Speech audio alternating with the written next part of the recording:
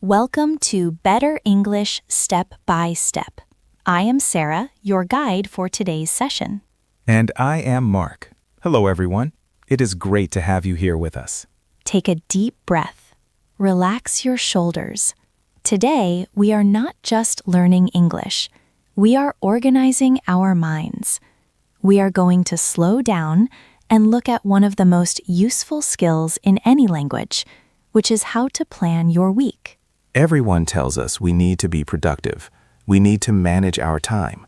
But sometimes, the hardest part of planning isn't the schedule itself. It's finding the right words to describe it. Exactly. Have you ever looked at your calendar and known exactly what you need to do, but when you tried to explain it to a colleague or a friend in English, you felt stuck? Maybe you used the word will too much.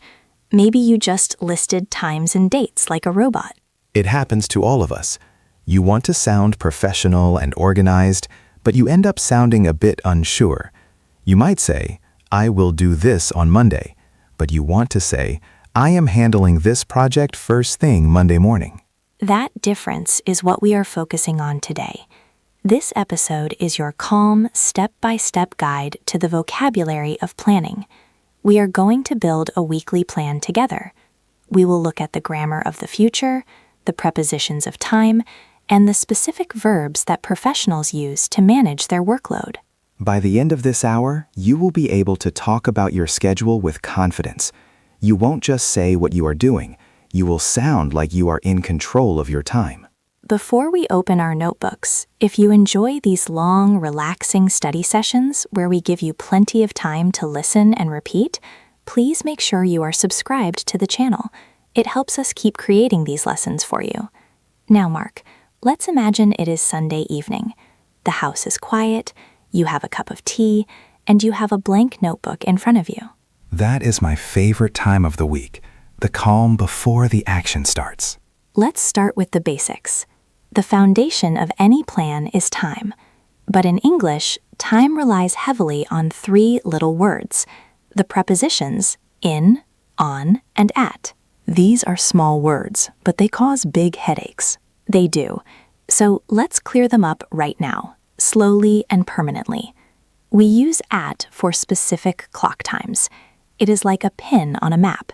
It is precise. Listen to Mark. At 9 o'clock, at 10:30, at noon. Notice the precision. We don't say in 9 o'clock. We say at. Now I want you to repeat after Mark. Listen to the rhythm. I have a meeting at 9 o'clock. Repeat that. I have a meeting at 9 o'clock. Good. Now let's move to days. When we talk about a specific day, we use on. Imagine you are standing on top of the day. On Monday, on Tuesday, on Friday. We never say in Monday. That is a very common mistake. Let's practice this combination. Listen to the sentence. I will see you on Monday at 9 o'clock. Now you try. Shadow Mark's voice. I will see you on Monday at 9 o'clock. Excellent. Now, what about in? We use in for periods of time, longer stretches, the morning, the afternoon, the evening. In the morning, in the afternoon, in the evening. Let's put all three together. This is the structure of a perfect appointment. Day, part of day, time. Listen carefully. On Monday morning at 9 o'clock. Repeat that. On Monday morning at 9 o'clock. Let's try another one. On Tuesday afternoon at 2:30. Repeat. On Tuesday afternoon at 2:30. Very good. There is one more tricky word when we talk about deadlines. That word is by. B-Y-E. By is very useful for planning. It means no later than. Exactly. If you say, I will finish at 5, it means you are working until 5 and then stopping. But if you say, I will finish by 5, it means you might finish at 4 or 4:30, but 5 is the limit. It shows you are efficient. Listen to the difference. I will finish at Friday.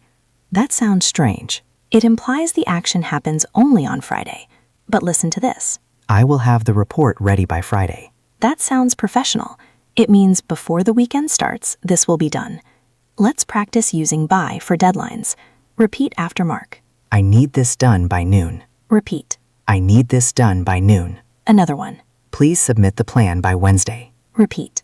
Please submit the plan by Wednesday. Perfect. Now that we have our prepositions at, on, in, and by, we can build the structure of our week. But what verb tense should we use? This is where many students get confused. They learn that will is for the future. So they say, tomorrow I will meet my boss. Then I will go to lunch. Then I will work on the project. Grammatically, that is not wrong, but it sounds a bit distant, like a prediction or a promise you just made right now. It doesn't sound like a plan. When we talk about professional plans, schedules, and arrangements, we usually prefer the present continuous tense. That surprises a lot of people. Present continuous is I am doing. We usually think of this for actions happening right now. I am speaking. You are listening. But we also use it for the future when the plan is fixed. Think of it this way. If it is written in your calendar, use the present continuous. Let's compare. Listen to the will version. I will meet the client tomorrow. Now listen to the present continuous version. I am meeting the client tomorrow. Do you hear the difference? I am meeting sounds solid. It sounds arranged. It sounds like you have a clear schedule. Let's practice this form. We are going to take a few common work activities and turn them into fixed plans. Let's use the verb to have. Instead of I will have a meeting, try this. Listen and repeat. I am having a meeting on Monday. Repeat. Focus on I am having. I am having a meeting on Monday. Let's try the verb to fly. Imagine a business trip. Not I will fly. I am flying to New York next week. Repeat. I am flying to New York next week. Let's try to give, as in giving a presentation. I am giving a presentation on Thursday afternoon. Repeat that long sentence. Break it down.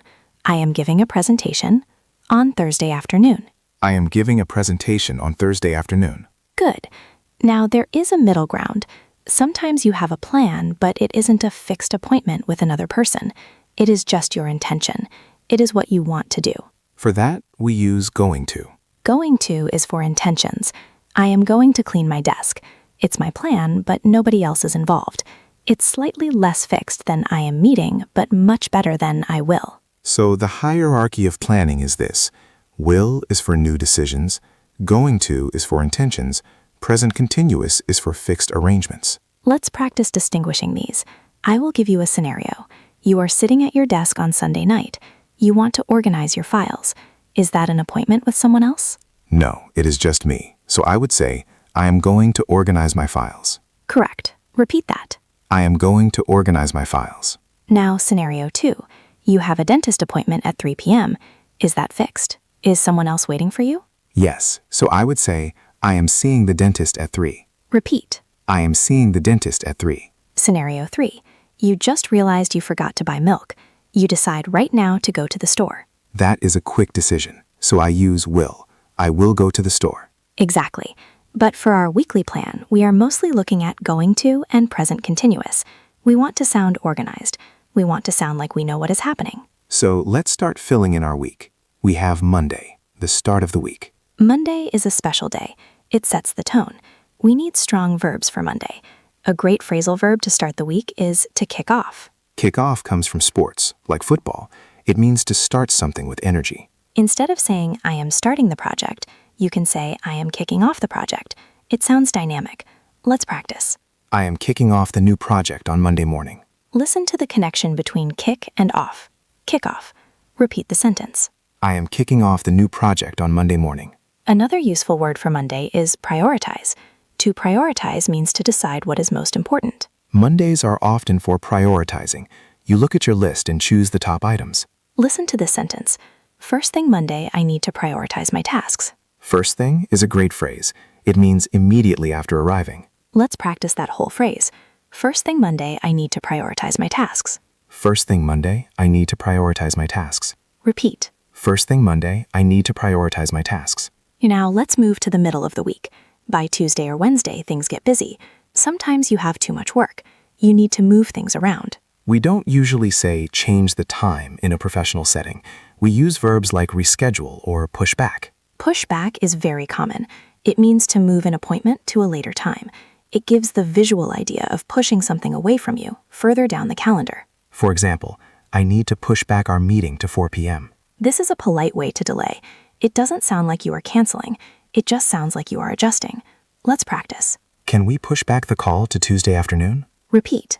Notice the rising intonation at the end because it is a request. Can we push back the call to Tuesday afternoon? Another great verb is to pencil in. I love this one, to pencil in. It comes from writing with a pencil, not a pen. If you write with a pencil, you can erase it later. Exactly. So if you pencil something in, it means you are scheduling it, but it is not 100% confirmed. It is tentative. It is flexible. Let's pencil in a lunch for Wednesday. This is perfect when you want to make a plan, but you aren't sure if you will be free. Repeat after Mark. Let's pencil that in for Wednesday. Repeat. Let's pencil that in for Wednesday. Now, what about when you have too much work? You are swamped. Swamped is a great descriptive word. It means you are stuck in a swamp of work. You cannot move. When you are swamped, you might need to delegate. To delegate means to give a task to someone else. I am going to delegate this report to the junior team. Let's practice a sentence for a busy Wednesday.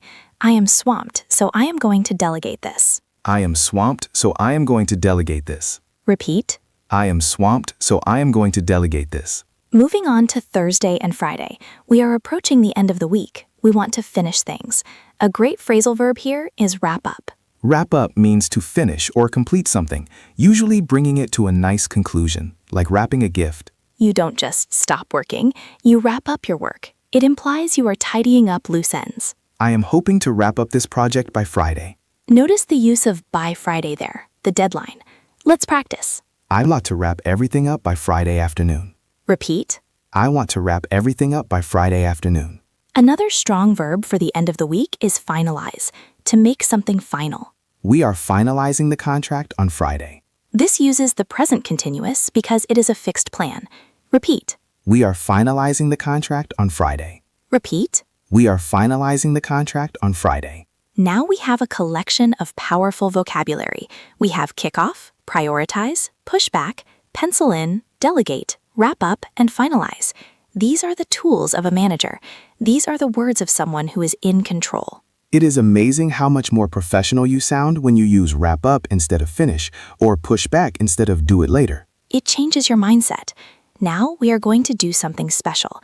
We are going to simulate a full weekly planning session. We are going to walk through a hypothetical week from Monday morning to Friday evening. We will use all the grammar and vocabulary we just practiced. I want you to imagine this is your week. I will describe the situation, and Mark will provide the sentence. I want you to listen to Mark and then repeat the sentence. We will go slowly. This is your chance to shadow a native speaker and feel the flow of the weekly plan. Are you ready? Let's look at Monday. Situation. It is Monday morning. You arrive at the office. You have a clear goal to start the marketing campaign immediately. You are speaking to your colleague. I am kicking off the marketing campaign first thing this morning. Listen to the stress on kicking off and first thing. Repeat. I am kicking off the marketing campaign first thing this morning. Situation. Monday afternoon. You have a meeting with the sales team. It is fixed in your calendar for 2 p.m. I am meeting the sales team at 2. Simple, direct, present continuous. Repeat. I am meeting the sales team at 2. Situation. Now it is Tuesday. You are looking at your list. You see a task that isn't urgent. You decide to move it to next week to focus on more important things. I am going to push this task back to next week. I am going to because it is your decision or intention. Push back for the delay. Repeat. I am going to push this task back to next week. Situation. It is Tuesday afternoon. You receive an email asking for a meeting on Wednesday. You want to say yes, but you aren't 100% sure you are free yet. Let's pencil that in for Wednesday morning. Friendly and flexible. Repeat. Let's pencil that in for Wednesday morning. Situation. It is Wednesday, the hump day. You are very busy. You have too many reports to read. You decide to give one report to your assistant, Sarah. I am totally swamped, so I am going to delegate the report to Sarah. Note the emotion in totally swamped. Repeat. I am totally swamped, so I am going to delegate the report to Sarah. Thursday morning. You need to check if the client is happy. You plan to call them just to check. This is an intention. I am going to check in with the client on Thursday. Check in is a lovely phrasal verb. It means a quick, friendly contact. Repeat. I am going to check in with the client on Thursday. Situation. Thursday afternoon. You are working hard because you want the project finished before the weekend. You have a deadline. I need to finalize the proposal by tomorrow. Finalize implies the last details. By tomorrow sets the hard deadline. Repeat. I need to finalize the proposal by tomorrow. Situation. It is finally Friday, the end of the week. You are having a team meeting to discuss how the week went. This is a fixed event. We are reviewing our progress on Friday morning. Repeat. We are reviewing our progress on Friday morning. Situation. Friday afternoon, 4 p.m. You are cleaning your desk, sending the last emails, and getting ready to leave. You tell your boss you are almost done. I am just wrapping things up for the weekend.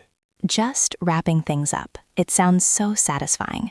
Repeat. I am just wrapping things up for the weekend. Excellent work. You have just walked through an entire week of professional English. How does that feel? It feels organized. It feels like a story. That is the key. A schedule is just a story of your future time. When you use the right connectors and verbs, you tell that story clearly. Let's take a moment to talk about pronunciation and flow. When we list times and days, we don't want to sound choppy. Correct. We want to link our words. Think about the phrase at 8 o'clock. We don't say at 8. We say at 8.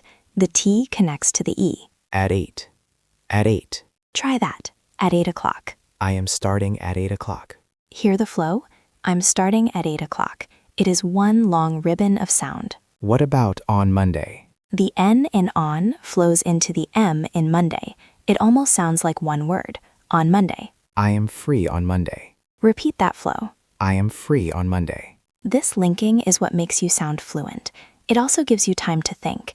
If you connect your words, you don't have to stop and start. Another tip for sounding calm and professional is to use softeners. Yes, sometimes being too direct about time can sound aggressive. I am busy. No, I can't. Instead, we use little phrases to soften the blow, especially when we are saying no or changing plans. Imagine you need to reschedule. Instead of saying, I want to reschedule, try adding, I am afraid. I am afraid I need to reschedule. It doesn't mean you are scared. It is just a polite way to say, I am sorry, but... Or use actually. Actually, I am busy at that time. Let's practice a polite refusal. Someone asks for a meeting on Friday, but you are wrapping up your work. Actually, I am wrapping things up on Friday. Can we do Monday? See how nice that sounds? Actually, can we? Repeat that complex thought. Actually, I am wrapping things up on Friday. Can we do Monday? Repeat. Actually, I am wrapping things up on Friday. Can we do Monday? You are learning to negotiate your time in English. This is high-level communication. It really is. It is about more than just vocabulary. It is about etiquette. Let's do a quick review of the verbs we learned today. I will say the definition, and I want you to think of the word before Mark says it. Ready? The verb that means to start a project with energy. To kick off. The verb that means to decide what is most important. To prioritize. The verb that means to move an appointment to a later time. To push back. The verb that means to schedule something tentatively using a pencil. To pencil in. The verb that means to give a task to someone else because you are busy. To delegate. The word that describes being overwhelmed with too much work, like a swamp. Swamped. The verb that means to bring something to a conclusion or finish the loose ends. To wrap up. And finally, the preposition we use for deadlines, not at, but By. If you remembered most of those, you are doing incredibly well.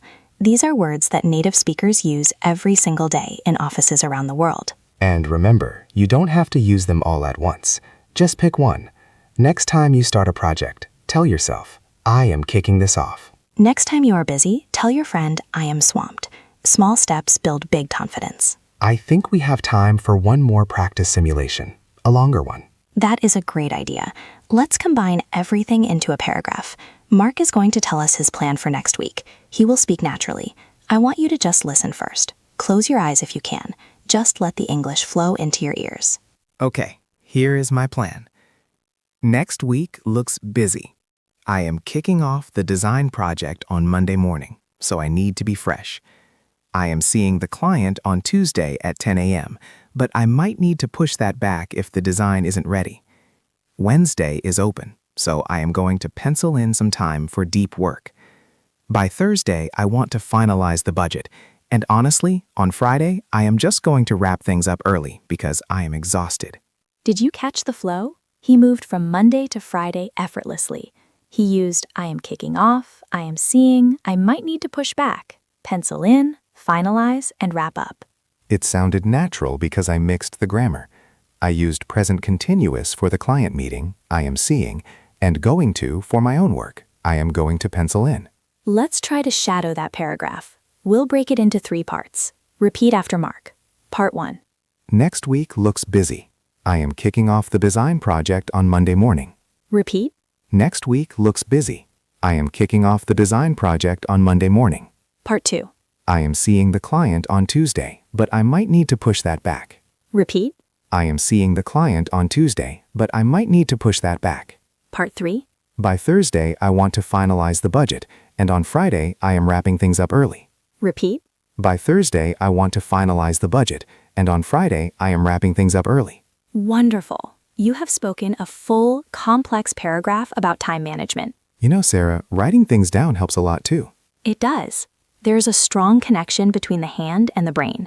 When you write I am meeting while saying it, it sticks. That is our challenge for you today. Yes, we are coming to the end of our session, but your learning doesn't stop here. I want you to take that notebook we imagined at the start, or open the Notes app on your phone. Look at your actual plan for tomorrow, not a fake plan, your real life. Write down 3 sentences about what you are doing tomorrow. Use the structures we learned. If you have a fixed appointment, write, I am doing. If you have an intention, write, I am going to. And try to use one of our new verbs. Maybe you are kicking off your English study. Maybe you are wrapping up your homework. Say those sentences out loud to yourself. Tomorrow, I am kicking off my day with coffee. Tomorrow, I am seeing my friend. Tomorrow, I am finalizing my report. It makes the future feel real. Thank you so much for spending this hour with us. We know that life is busy. You are often swamped, so the fact that you prioritize this lesson means a lot. We hope you feel a little more organized and a lot more confident. If you found this helpful, remember that we have many other calm, step-by-step lessons here on the channel. You can listen while you commute, while you clean, or while you wind down. Building better English takes time, but if you take it step by step, you will get there. Until next time, keep listening, keep repeating, and keep planning. Goodbye, everyone. Goodbye. See you in the next lesson.